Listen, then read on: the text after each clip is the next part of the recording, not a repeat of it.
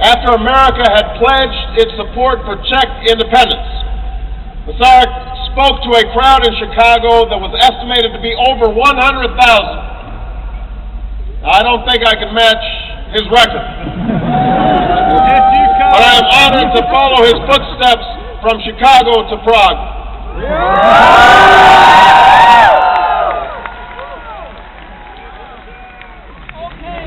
For over 1,000 years, Prague has set itself apart from any other city in any other place.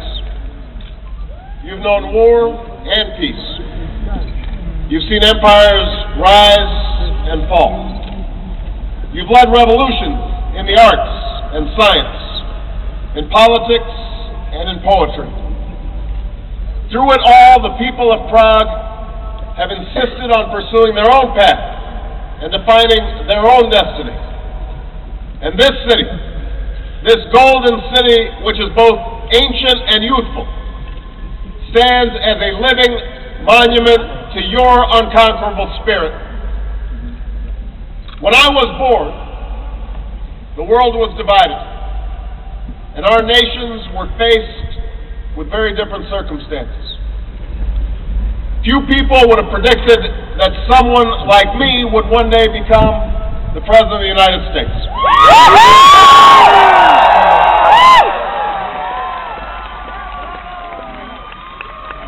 Few people would have predicted that an American president would one day be permitted to speak to an audience like this in Prague.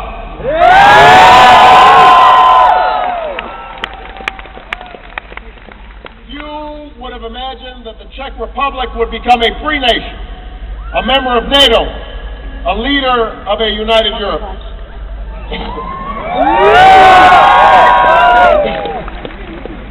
Those ideas would have been dismissed as dreams. We are here today because enough people ignored the voices who told them that the world could not change. We're here today because of the courage of those who stood up and took risks to say that freedom is a right for all people, no matter what side of a wall they live on, and no matter what they look like. We are here today because of the Prague Spring, because the simple and principled pursuit of liberty and opportunity shamed those who relied on the power of tanks and arms to put down the will of a people. We are here today because 20 years ago, the people of this city took to the streets to claim the promise of a new day and the fundamental human rights that had been denied them for far too long. Samitova revolution.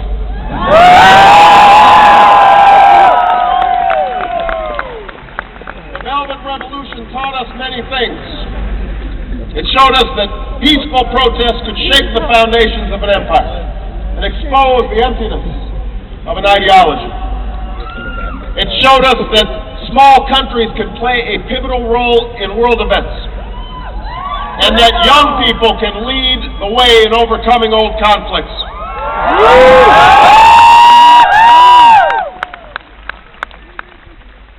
And it proved that moral leadership is more powerful than any weapon. That's why I am speaking to you in the center of a Europe that is peaceful, united, and free. Because ordinary people believed that divisions could be bridged, even when their leaders did not. They believed that walls could come down, that peace could prevail. We are here today because Americans and Czechs believed against all odds that today could be possible.